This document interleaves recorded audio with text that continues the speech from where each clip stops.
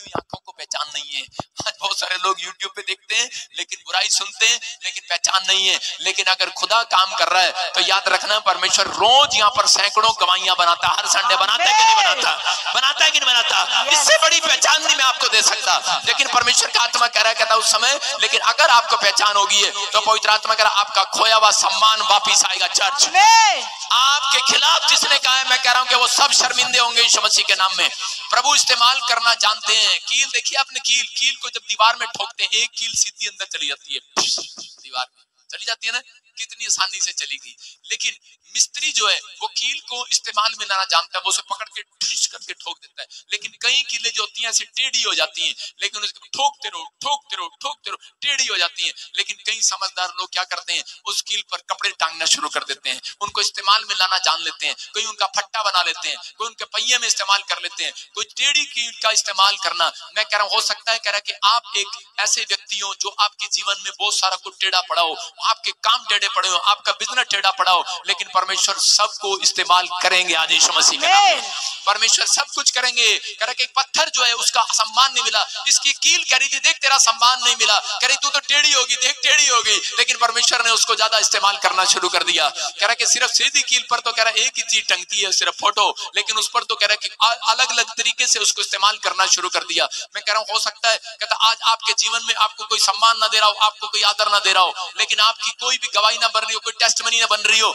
लेकिन पवित्र आत्मा चाहते हैं, कह रहा करे पौलुस कह रहा कहता जब तक आप घुटने टेकने वाले प्रार्थना करने वाले व्यक्ति नहीं बनते, जब तक आप वफादार नहीं बनते अय्यूब की तरह, कहता कि जब तक आप ईमानदार नहीं बनते और अपने अंदर कह रहा ऐसा जज्बा नहीं रखते कि परमेश्वर सब कुछ कर सकते हैं, आपके विश्वास को देखकर परमेश्वर सब कुछ करने वाले हैं आज रात। कहता है यहाँ पर एक पत्थर होता है, पत्थर कह रहा जो ईंट लगती है वो ईंटें खुश हो रही होती हैं और वो कोठी खड़ी कर रही होती है, मकान खड़ा कर रही होती है, लेकिन एक ईंट जो टूट जाती है और उसी समय वो बेचारी साइड में पड़ी होती है, कहती है मेरा कोई सम्मान नहीं है, मेरा कोई आदर नहीं है। लेकिन यीशु मसीह आया और उसने कहा कह रहा कि इसी के द्वारा इसी को पत्थर कह रहा है दीवार के कोने में लगा दिया जाए। हालेलुया। आप समझ रहे हैं कि नहीं? वो कहता है कि तुम जैसे एक टूटी हुई ईंट कहता है कि दीवार के कोने में पत्थर कह रहा इस्तेमाल में आता है। कह रहा आज के बाद बेशक तुम कितने भी टूटे हुए हो, कितना भी तुम्हारा बिजनेस को लेकर, कितने भी दर्द को लेकर, बीमारी को लेकर, किसी समस्या को लेकर टूटे हुए हो, आज के बाद कहता तुम्हारे बिना तुम्हारे घर वालों का कोई भी काम नहीं बनने वाला, तुम उनके काम आओगे कॉर्नर पर, तुम उनके कॉर्नर पर काम आओगे। चर्च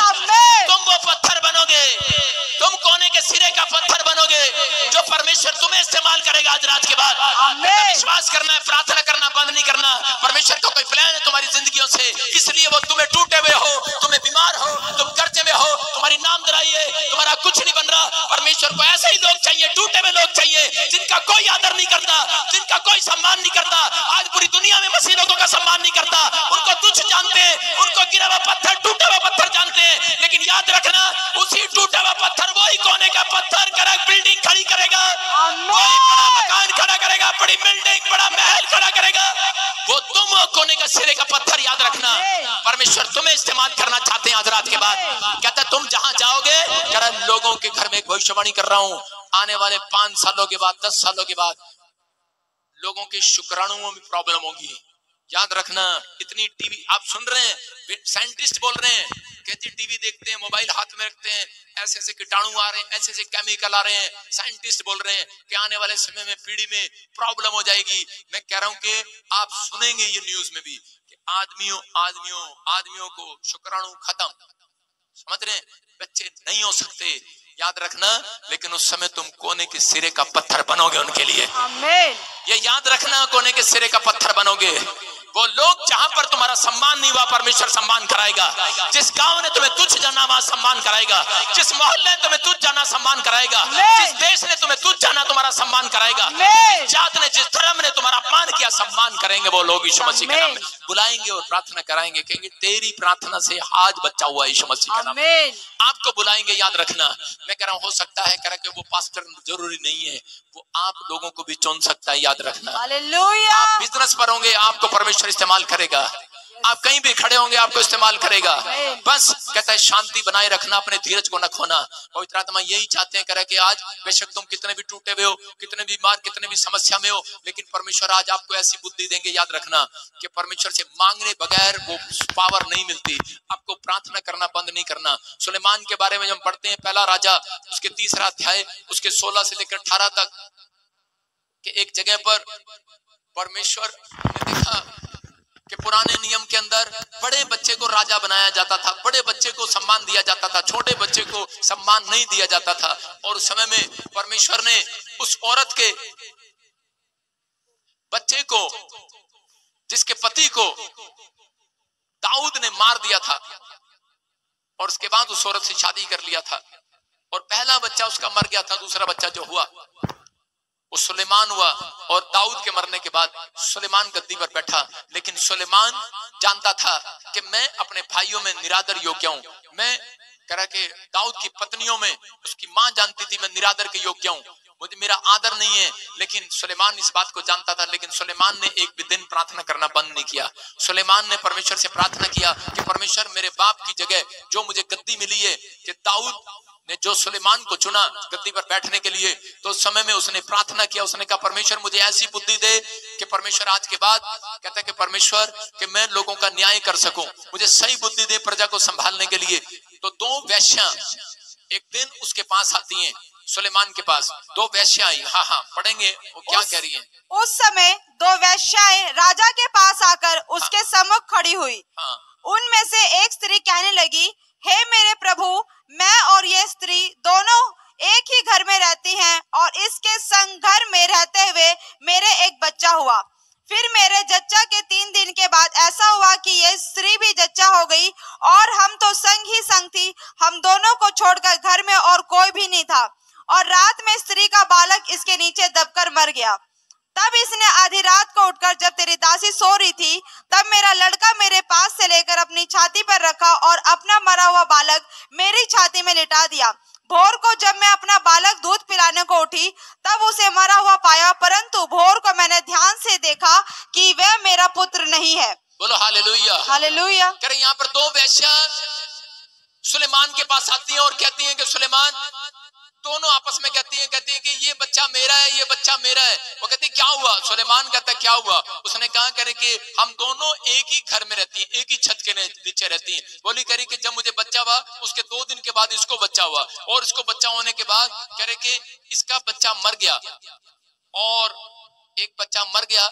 और उसी समय कहती कि इसने उठाकर वो बच्चा अपने पास रख लिया। लेकिन वो बोल रही है कह रही कि ये बच्चा मेरा है, दूसरी कहती है कि मेरा है, पहले वाली कहती मेरा है। सुलेमान के लिए वो न्याय करना बड़ा कठिन था, और सुलेमान हैरान हो गया, और सुलेमान कहने लगा कि यार ये क्या समस्या है। और उसी समय सुलेमान ने एक तलवार मंगाई, और उसी समय उसने परमेश्वर से प्रार्थना किया, बुद्धि मांगी, और उसी समय उसने कहा परमेश्वर कि मुझे बुद्धि दे। और उसी समय उसने कहा एक तलवार लेकर आओ। उसने बच्चे को ऐसे उठाया, आप स्क्रीन पर फोटो देख रहे होंगे, उसने ऐसे उठाया, और उसी समय उठाने के बाद उसने कहा इसको 2 बच्चों की टांगे पकड़कर पुट्ठा करके इसको, और ऊपर से तलवार मारो और इसके 2 फाड़ कर दो, आधा बच्चा इसको दे दो और आधा इसको दे दो, दोनों की लड़ाई खत्म करो। और उसी समय वो पहले जो दूसरी वाली औरत थी वो कहने लगी हाँ हाँ हाँ हाँ बिल्कुल ठीक है, बिल्कुल ठीक है। और जो पहले वाली थी जैसे ही वो तलवार मारने लगे तो वो दौड़ कर गई, बोली खैरी कि चलो मैं मान लेती हूँ मेरा नहीं है, लेकिन पर इसको मत मारो, इसको दे दो, ये इसी का ही है। कहती है तो मेरा ही, लेकिन पर इसको दे दो। कहती कोई बात नहीं, आपकी समझ में नहीं आ रहा, कहती इसको दे दो। लेकिन उसी समय सुलेमान समझ गया कि ये बच्चा किसका है। सुलेमान ने फटाफट उस औरत को वो बच्चा वापस दिला दिया, उसका खोया हुआ सम्मान वापस दिला दिया, वापस दिला दिया, क्योंकि सुलेमान के पास वो बुद्धि थी, क्योंकि वो औरत के अंदर दर्द नहीं था कि मर जाए, मेरा तो मर गया। लोगों के अंदर यही होता है कि मेरा मर गया, इसका भी मरना चाहिए, इसका बेटा अमेरिका नहीं गया मेरा भी ना जाए, इसका चला गया तो मेरा भी ना, इसका चला गया तो मेरा भी जाए, इसका नहीं गया तो मेरा भी ना। इसका हमने कभी किया नहीं ना ये टोटका। कह रही इसका बच्चा अमेरिका अगर चला गया तो मेरा भी ना जाए, मेरा भी जाए। हाँ कह रही इसका चला गया मेरा भी चला जाए। अगर आज लोगों को ये है अगर मेरा रह गया इसका भी रह जाए। आज लोगों के दिमाग में ये चलता है, अगर इसके घर में गाड़ी आ गई है तो मेरे घर में भी आए, अगर मेरे घर में नहीं आई तो इसकी भी ना आए, अगर मेरा बच्चा नौकरी लगा इसका भी नहीं लगा। ये कह रही अगर मेरा मर गया ये भी मरना चाहिए, कहती ये मेरा है मेरा है। उसने कहा कह रहा दोनों को फाड़ के आधा आधा दे दो। अरे भाई सेब थोड़ी, संतरा थोड़ी है, केला थोड़ी है, कैसे दे दे आधा आधा। लेकिन उस औरत के हृदय पर चोट लगी और वो जाकर कहने लगी, कहती कि नहीं, कहती कि इसको दे दो। आज एक याद बात समझना कि बाइबल कहती है कि विश्वास करने वाले लोग इस बात को समझे, जैसे एक माँ दूध पिलाने वाले बच्चे को कभी छोड़ती है भूलती नहीं है, ऐसे परमेश्वर भी बाइबल पढ़ने वाले बच्चों को, आदर करने वाले बच्चों को छोड़ते और भूलते नहीं है। याद रखना परमेश्वर कभी नहीं छोड़ने वाले आपको, आपका आदर करने वाले। जितने आमीन बोल रहे हैं आज, जैसे छोटा बच्चा जब रोता है तो उसकी आ ऊ ई क्या कह रहा होता है उसकी माँ ही समझ सकती है। उसके दर्द को एक छोटा बच्चा क्या मांग रहा है बाप को भी नहीं पता होता।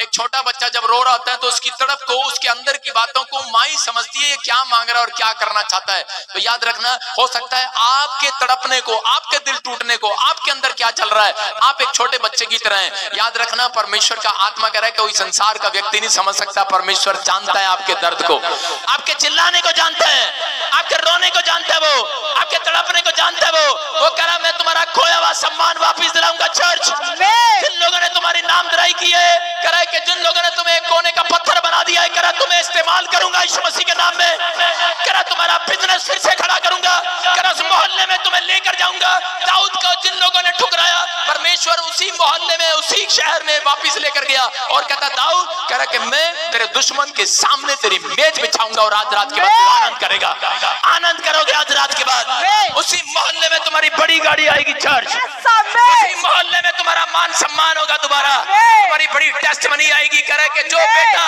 कोख में मर गया दोबारा पैदा होगा, याद रखना।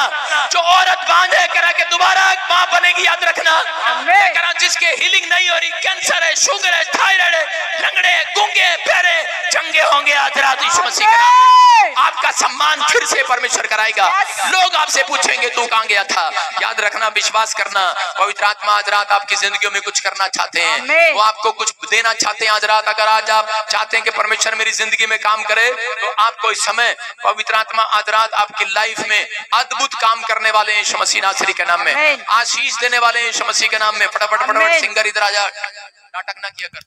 और इसी समय पवित्र आत्मा चाहते हैं, आज जो लोग चाहते हैं परमेश्वर आपके दिल की बात को सुने, आपका पड़ोसी नहीं सुनेगा। याद रखना, हो सकता है आपके माँ बाप ने ना सुनाओ, आपके परिवार ने, आपके पति ने, आपके बच्चों ने ना सुनाओ, आपके तरह के रिश्तेदारों ने ना सुनाओ, कोई आपकी मजबूरी को नहीं सुन रहा। लेकिन पवित्र आत्मा कह रहा है छोटे बच्चे को उसकी माँ जैसे जानती है, वैसे ही तुम्हारा परमेश्वर तुम्हारे हृदय को जानता है यीशु मसीह के नाम में।